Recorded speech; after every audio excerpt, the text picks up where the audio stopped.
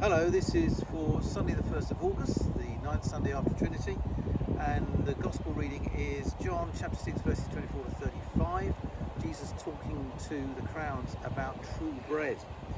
Well, we all know good bread when we see it, especially when we smell it and taste it. And the background story to this little passage is Jesus feeding the 5,000, or more than 5,000 men, plus women and children, which had happened in the verses before. And so amazed by this were the crowds that they followed Jesus. You could say they hunted for him, and they got to his destination before he did, which was Capernaum, where he had a house.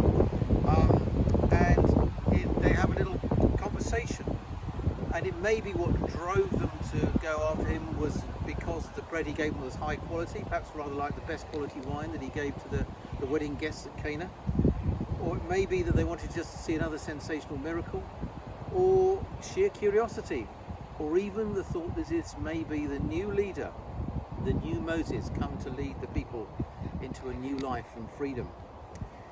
The comparison with Moses must have been in their heads. They would have known their Bible stories. They wouldn't have called them that, of course, and they would have known the story of the manna feeding the people of Israel in the wilderness when Moses was their leader. But Jesus wants to lead them away from this focus on physical food to a deeper understanding, and so he says, do not work for the food that perishes, but for the food that leads to eternal life. And what he wants to do is to take them away from the bread that he's provided, to make them focus on the provider. Who is doing the providing?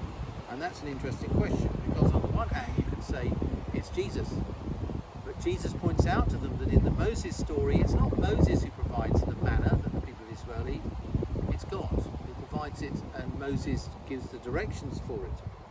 So Jesus is pointing to the great provider who is God, who provides the true bread. But that true bread, that eternal nourishment that God is providing, is Jesus himself. And this, if you could say, is one of the kind of tensions, contradictions, paradoxes of Christianity, is that Jesus meets an immediate need in feeding those thousands of hungry people. But at the same time, he wants to point them away from just a concern with physical things,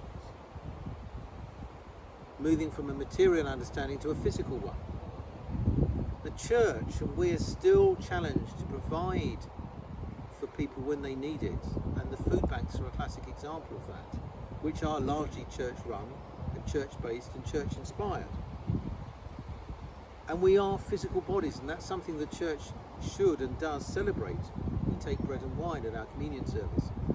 Jesus himself became a human being, lived on earth just like us. But we're asked to see beyond this, to the bread that will nourish our souls.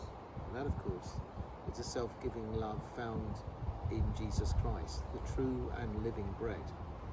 And it's having that link and relationship with him that brings us closer to the God who provides for us all.